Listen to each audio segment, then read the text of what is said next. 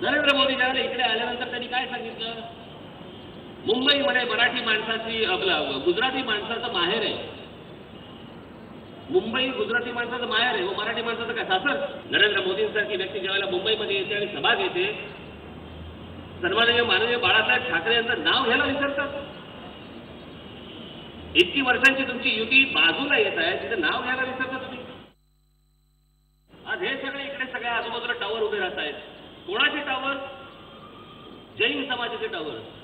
आणि राजकारण कसं, तर संपूर्ण देशामध्ये आत्ताच जाहीर केलं की जैन समाजाला अल्पसंख्याक दर्जा देण्यात आला.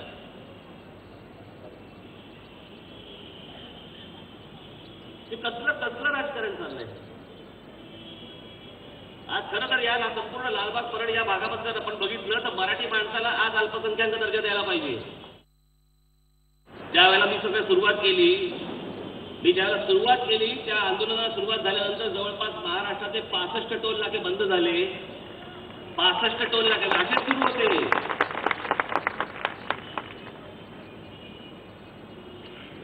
रामायण लिहिलं त्या वाल्मिकीने, तो वाली अगोदर त्याचाही टोल नाका होता.